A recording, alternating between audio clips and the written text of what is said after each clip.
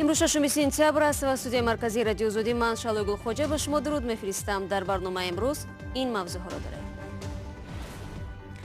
ид бар зарари таҳсил. ҳазорҳо хонандагону донишҷӯёни тоҷик барои таҷлили ҷашни истиқлолият дар варзишгоҳ тамрин мекунанд. аз соати 4 мебиёем то соати 9 дар ҳамин ҷоем рақс мекунем. зиёни деҳқонон, фоидаи ширкатҳо. пахта дар Тоҷикистон арзон шуд. кишоварзон мегӯянд маблағ хароҷоташонро намепӯшонад. ва чӣ гуна ки тавонистем ҳамон тавр бозӣ кардем. пирӯзии дастаи мунтахаби Тоҷикистон бар Қирғизистон дар душанбе.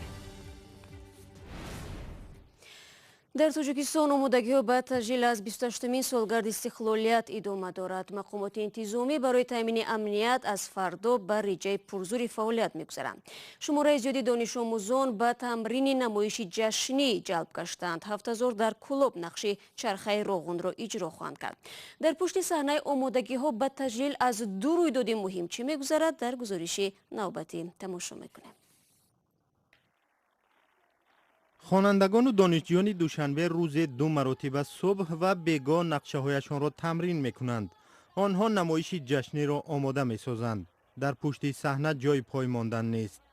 то ҷашни истиқлолият 3 рӯзи дигар мондааст ва иштирокчиён бояд нақшаҳояшонро олӣ иҷро кунанд. барои тамошои намоиш Эмомалӣ Раҳмон президенти Тоҷикистон ҳам меояд. бо чунин реҷаи тамрин донишҷӯён фурсати дар бораи таҳсил фикр кардан надоранд. раҳпаймоиҳои бахшида ба ҷашнҳои бузург соли 3 ва ё 4 маротиба баргузор мешаванд. муҳассилин ҳангоми тамринҳо аз дарсҳо озод мегарданд. мақомот таъкид мекунанд ширкат дар тамринҳо довталабона аст, ҳарчанд дар ҳар муассисаи таълимӣ бояд шумораи муайяни донишомӯзонро ба маърака сафарбар кунанд. аз соати 4 мебиёем то соати 9 дар ҳамин ҷоем рақс мекунем. асос мо дар бегоҳ омада машқ мекунем. барои он ки дар абед бисёр ҳам гарм мебошад, бегоҳ ба омада машқ карда. дар асос рақскунии мо намуди хип-хоп аст. мо намуди русиро рақс мекунем. ҳамин тавр донишгоҳи славяниро пешвоз мегирем. коргардонҳои намоиши ҷашнӣ дар бораи ҷузъиёти барнома маълумот намедиҳанд. шумораи дақиқи иштирокчиён ва муҳтавои намоиш ҳам ошкор кардан намешавад. муҳимтар аз ҳама харҷи маъракаро ҳамеша пинҳон медоранд. дар солҳои ахир касе дар бораи харҷ барои намоишҳои бузург иттилоъ надодааст. коршиносон мегӯянд харҷҳо зиёданд ва зоеъ кардани пули давлат.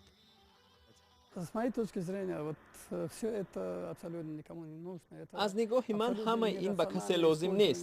ин талаб кардани пули буҷа мебошад ки онро мешуд барои пардохти маблағи нафақа, қарзи омӯзгорон ва ё қарзи хориҷӣ сарф намуд. ҳатто агар тавре мегӯянд хароҷот аз киссаи соҳибкорон аст, ин ҳам пули Тоҷикистон аст. бояд онро низ самаранок истифода кард. масалан, соҳибкор метавонист онро барои пешрафти кори худаш харҷ кунад, то ин ки баъдан ба буҷаи давлатӣ андоз спорад. ин талаб кардани вақти мактаббачагон ва донишҷӯён аст ки метавонистанд дар ин муддат дониш омӯзанду дар фаъолияти баъдиашон истифода кунанд.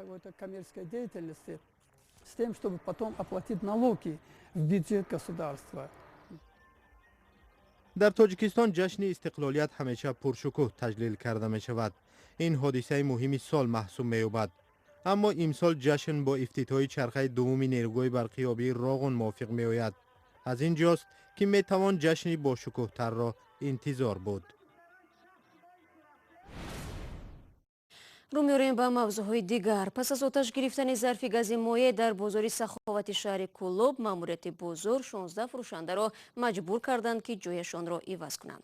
рӯзи 5 сентябр зарфи гази моеъ дар нуқтаи фурӯши ғизо оташ гирифт. хушбахтона лангаи оташ зуд хомӯш карда шуд ва касе осеб надид. фурӯшандаҳо ки маъмурияти бозор онҳоро ба беаҳамиятӣ гуногор мекунанд, дар дохили толори пӯшидаи бозор хӯроки саридастӣ мепухтанд. ҳафтаи ҷорӣ таркиши зарфи гази моеъ дар тарабхонаи шоми қалъаи Исор боис ба ҷароҳати 10 нафар аз кормандони ин тарабхона шуд. кишоварзон дар Тоҷикистон аз ниҳоят арзон шудани нархи пахта шикоят доранд. ширкатҳои содиркунанда айни ҳол дастранҷи деҳқонон 1 килограмм пахтаро аз 4 то 5 сомони нарх гузоштанд. ҳамкорам Абдулло Ашуров дар пайи таҳқиқи ин мавзӯъ бо худи кишоварзон, мақомот ва ҳам моликони ширкатҳо суҳбат дошт. ҳоло бо мо дар студия қарор дорад. عبدالله سلام، فعلا 1 کیلوگرم پخته رو طوری گفتیم از 4 تا 5 سومونی نرخ کردند، یعنی این نرخ ارزان بوده است.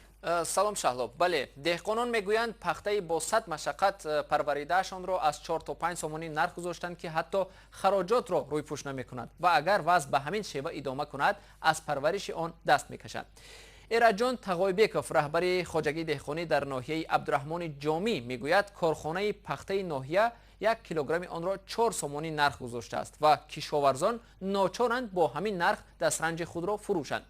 او میگوید در کنار همه راهها ناظران بازرسی دولتی اتومبیلی شبانه روزی نوبت پایی دارند و نظارت میکنند که خواجگی ها پخته را تنها به کارخانه پخته تازه‌کنی ناحیه سپارند. حالا که به گفته او کارخانه ناحیه های دیگر آمادند پخته آنها را گرانتر، یعنی 4,500 سومانی برای 1 تانه بخرند. کشاورزان میگویند سال گذشته نرخ 1 کیلوگرم پخته از 5 سومانی و 80 درم در اول موسم شروع شده، در انجام تا به 6 سومانی و 20 درم رسیده بود. امسال نرخ سوزشواری و نوری های مینرالی بالا رفت، اما برعکس آن شرکت های کارکرد پخته نرخ آن را پایان بردند. تقایبکوف میگوید نمیداند دستور منع از حدود ناحیه بیرون برآوردن پخته را کی داده است. خب عبدالله، مقامات شرکت های میان رفت در این باره چی میگویند؟ چرا نرخ پخته را ارزان کردند؟ شهلا، وزارت کشاورزی تاجیکستان میگوید ارزش استحصال 1 کیلوگرم پخته 6 سومانی و 70 درم است و شرکت ها باید با همین نرخ از دهقانان پخته را خرند. اما شرکت ها توصیه مقامات را به اینابت نمیگیرند و به خواست خود عمل دارند.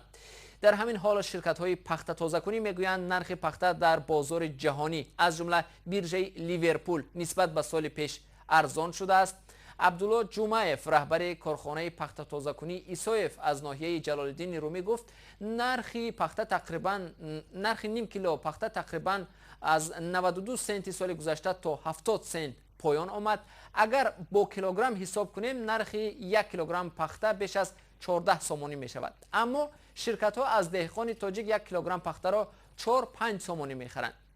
وضع را که به وجود آمده است کارشناسان خیلی تشویش‌آور عنوان میکنند و میگویند اگر شرکت های صادر کننده پخته نرخ را اندکین بالا نبرند دهقانان امسال زیان میبینند و احتمال دل سرد شده من بعد از پرورش این اشیای مهم کاملا دست میکشند. تشکر عبدالله. ضمناً طبق پیشبینی وزارت رشد اقتصاد و سودا امسال در تاجیکستان باید 400,000 تن پخته استحصال شود. در تاجیکستان به زودی اجرای برنامه 3 ساله دولتی سالمی ریپرودوکتیوی آغاز می شود. مقامات میگویند آن به بهتر کردن رفتار جنسی و سالمی زنان و مادران و کودکان روانه شده است. تاجیکستان یکی از کشورهای جوان در جهان به حساب می رود و سالانه اهالی آن تا 200,000 نفر افزایش می یابد. گزارشی را که در این باره همکاران ما از نسای شیوریم آماده کردند طاهری سفر تقدیم می کند. سفرگل ناروبه 4 فرزند، 1 دختر و 3 پسر دارد. هر یکی از آنها هم فرزند دارند و همه در یک حولی نچندان بزرگ فقیرانه زندگی می کنند. با بزرگتر شدن اهل عائله احتیاج به خانه و قطعه زمین هم زیادتر شده است تا پسران صاحب سرپناهی علاهیده شوند. همین 4 فرزند کارونیم تایی چیده دیگه 37 36 32 همه 4 تایی و 3 تایی 2 تایی قریب 20 نویره دارم. در همین 3 سوتیق زمین من زندگی کردم.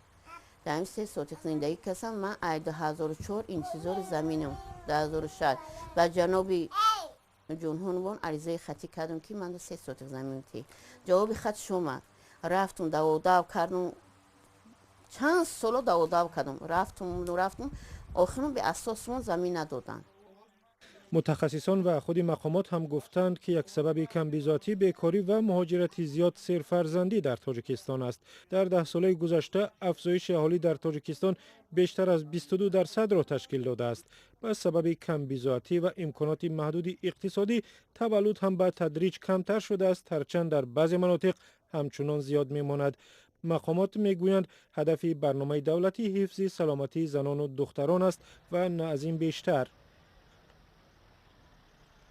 иттилоъноки мардум аҳолиро баланд кардан оиди масъалаҳои солимии репродуктивӣ ва ҳамчунин ҳамин танзими оилаам дар ҳамон масъалаҳои солимии репродуктивӣ дохил мешавад. вақте ки танзим риоя карда мешавад танзими оила риоя карда мешавад. Фурсат барои тарбия, фурсат барои дониш додан, фурсат барои дуруст тарбия кардан боқӣ мемонад, мегӯянд мақомот ва мутахассисон. آنها همچنین میگویند هدف برنامه دولتی سالمی رپرودوکتیوی گرفتن پیشیراهی تولد نیست، چون حق قانونی زنان و دختران است. طبیبان میگویند هدف آنها پیشگیری از تولد ناخواسته است که هنوز هم در تاجیکستان زیاد به نظر میرسد. قریب 40% زنان از کمخونی اذیت میکشند. یعنی که کمخونی به معنای که نادرست قبول کردن غذا، تکرار به تکرار تولد کردن، تکرار به تکرار اسقاط حمل کردن و نمینو هم آورده به کمخونی میرسانند. بر اساس برنامه نو دسترسی به وسایل پیشگیری از حامله‌داری به مثل ریفالا آسانتر و در اکثر جای دسترس می شود. متخصصان گفتند که اگر برنامه درست اجرا شود، در 3 سال آینده پیشگیری 450,000 تولد ناخواسته را گرفتن ممکن است. برای تاجیکستان که اهالیش از مرز 9 میلیون نفر گذشت، این یک رقم بسیار بزرگ است. و دیروز هزارها تماشابین در ورزشگاه مرکزی دوشنبه رقابت فوتبالبازان دسته‌های منتخب تاجیکستان و قرقیزستان را نظارت کردند. یک روز پیش از این بازی سرمربی منتخب تاجیکستان در نشست خبری گفته بود که فوتبالبازان تاجیک به بازی کاملا آماده بوده و حتما پیروز می‌آیند. بازی چگونه جریان گرفت و به فایده کی انجام شد؟ امردین علیموف تفصیلات می‌دهد.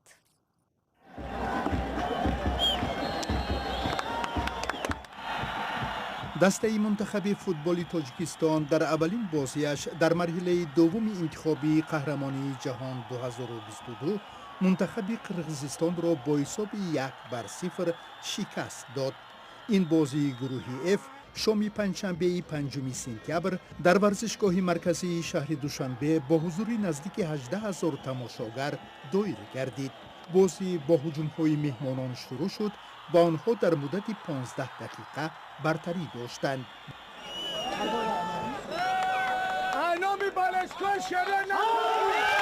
بعداً تشبث را میزبانان به دست گرفتند. در دقیقه 41 بازی به نیم حمایتگر علیشیر جلیلوف که برای اولین بار در هیئت دسته منتخب تاجیکستان به میدان آمد، میسر شد توپ را از جریمه‌گاه به دروازه مهمانان وارد نماید. در نیمه دوم دیدار حساب تغییر نیافت. گل یگانه به منتخب تاجیکستان پیروزی و 3 امتیاز آورد.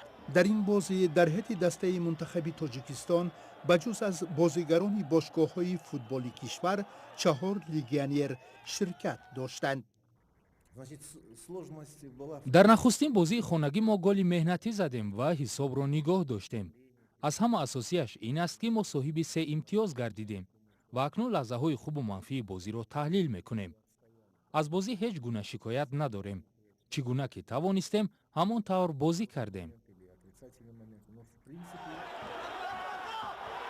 دسته منتخب قرقیزستان تحت رهبری متخصص روسیایی الکساندر کریستینین مقابل منتخب تاجیکستان به میدان آمد. این مربی بعد از انجام بازی به خبرنگاران گفت دستش از عهده اجرای وظیفه‌ای در نزدشان بوده نبرآمد. در ابتدای نیمه اول دیدار ما خوب بازی کردیم، سیر حرکت بودیم، ولی در مابین قسم اول بازیمان خوب نبود. در نیمه دوم بهتر بازی کردیم ولی موفق نشدیم. دسته منتخب تاجیکستان در مرحله دوم انتخابی قهرمانی جهان 2022 در گروه F با تیم‌های ملی ژاپن، قرقیزستان، میانمار و مغولستان رقابت می‌کند. فوتبالبازان تاجیک بازی دومشان را روز 10 سپتامبر در مهمانی با منتخب مغولستان انجام می‌دهند. нарзуллои латиф гузориш медод ва гузориши наворҳои аз ин бештарро бинандагони азиз метавонед дар озодӣ видео канали мо дар YouTube тамошо кунед. хабарҳои рӯз дар вебсайти радиои озодӣ гузошта мешавад ва саҳифаҳои мо дар шабакаҳои иҷтимоӣ низ фаъоланд. фардо мо барномаи хабарӣ надорем. барои шумо истироҳати бо фароғат мехоҳем ва дар ҳафтаи нав бо шумо мулоқот хоҳем кард. то он вақт худо нигаҳдор.